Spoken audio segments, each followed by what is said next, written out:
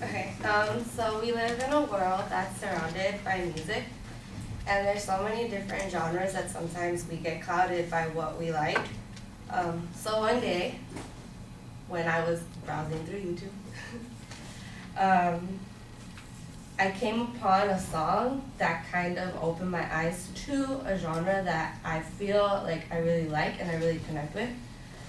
So, I don't understand the music, but like there's something about it that just captures you. So the song was Wedding Dress, the artist was Taeyong, and the genre is K-pop. So this is the video, and this is just a part of the song that they translated into English. So for those of you that don't know what K-pop is, it refers to South Korean pop. So K-pop is very popular in South Korea. It has also gained a lot of popularity in other Asian countries like China, Japan, Taiwan, and Malaysia. However, it expands to English-speaking countries and actually Spanish-speaking countries as well. It's become very popular in South America, different countries in Europe, and recently it's become really popular in the USA. So today I'm going to introduce you to the world of K-pop and the fandom behind it. So K-pop is a general term for different musical stylings, even though some groups may have more of a soft rock feel or an R&B feel. They will generally just be linked to K-pop. The way to compare different groups is usually by the time they debut and if they're a boy band or a girl band. Okay, so we have boy bands. This is Super Junior. They're one of the most popular bands in South Korea. And this is Big Bang. They're also one of the most popular bands in South Korea. Then there's girl groups. This is 21. And then there's bigger girl groups. So that's Girls' Generation. There is solo artists. So this is Seven, and everybody knows Psy. And then there's miscellaneous groups. This is CN Blue. They're actually more of a soft rock feel. And this is EXO, which is actually two groups that are separated. So half of EXO is EXO-M and half of it is EXO-K. One being a Chinese pop group and one being a Korean pop group. Okay, so according to Jeff Yang, an American writer, journalist, and business media consultant who writes the Teo Jones column for the Wall Street Journal, and previously the Asian pop columnist at the San Francisco Chronicle, K-pop is here, K-pop is now, and writing the consumer dollar. If it's bourgeoisie teen tween fan base, K-pop will thrive for a foreseeable future. So thanks to artists like Psy, Big Bang, 21, and recently Wonder Girls has come into the scene as well. K-pop has begun to grow as a fan base and gain more popularity. So K-pop would be nothing without the fans, like in many other industries. So according to Chris Lamar, a writer for Time Magazine and Time South Asian Bureau Chief, the South Korean music industry exports shots from 3.13 million in 2009 to 83.3 million in 2010, according to official figures. So it's actually a growing industry, and K-pop CDs are actually really expensive. I own 10, and they're like $320 for 10. So, so there's more to the fandom than just owning the merchandise and following a group on Twitter. So this is a fan drawing of what a K-pop fan is supposed to look like. So we have boys, which is CN Blue followers. Boys meaning blue voice, so that ties into the artist itself. We have Shiny World or Shinhwa, which connects to Shiny.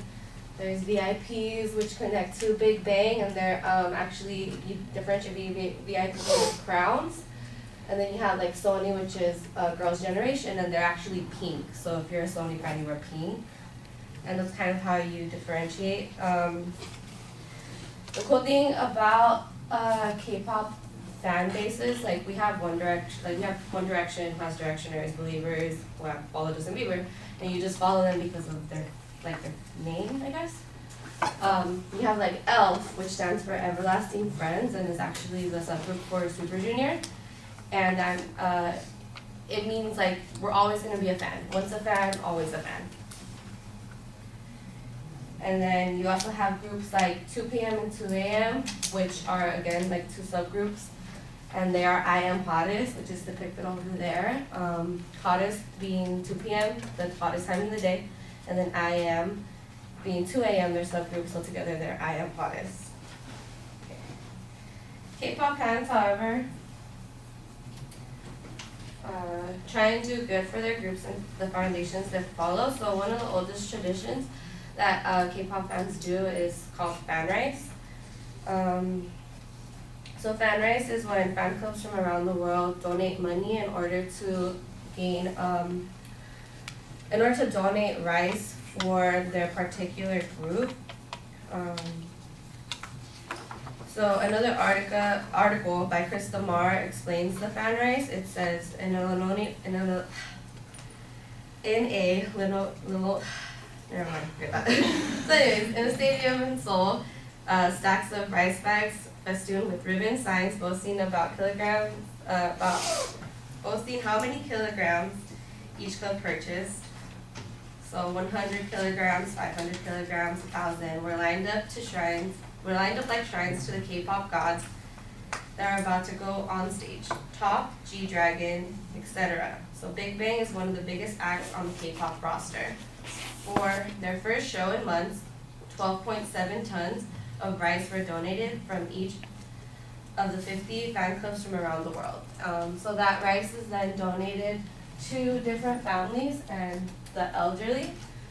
This is for a G-Dragon's concert who's recently gone on world tour, and this is just an example of what the fan rice looks like. So they have a wreath, and on one side it'll state where it comes from. So it'll say like South Korea fan club, how much they donated. And then they just line them up. It kind of it's to recognize the artist, it's to thank them for being a performer, it's to see that we're behind them and we're willing to help them like with their cause. Okay, so sometimes fandom, however, turns into obsession, and that's where the Sawsang fan comes in. So a Sawsang fan is a super fan. They are known to stalk their bias and follow them around, and sometimes they're known for breaking into their houses, and they have taken pictures of them sleeping and have stolen their stuff. Crazy. And there's actually a taxi service in South Korea that you pay for, and they will drive you around and you will follow this person, and that's what you pay for. This comes at a price though.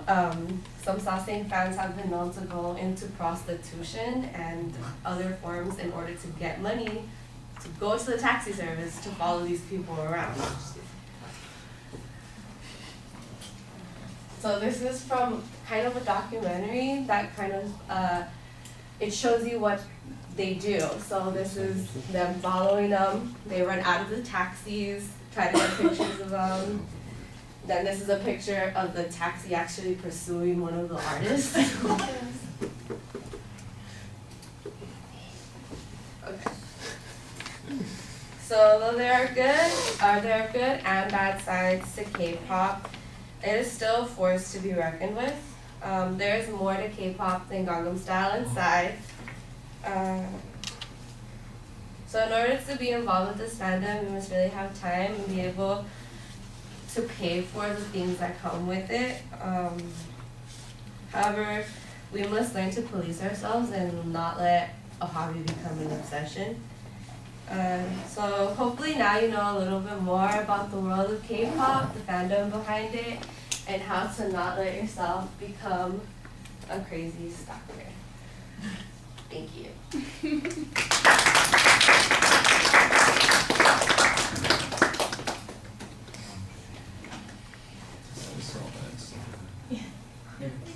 No. Do you write it on this one? This is how you know it's not if somebody steals it.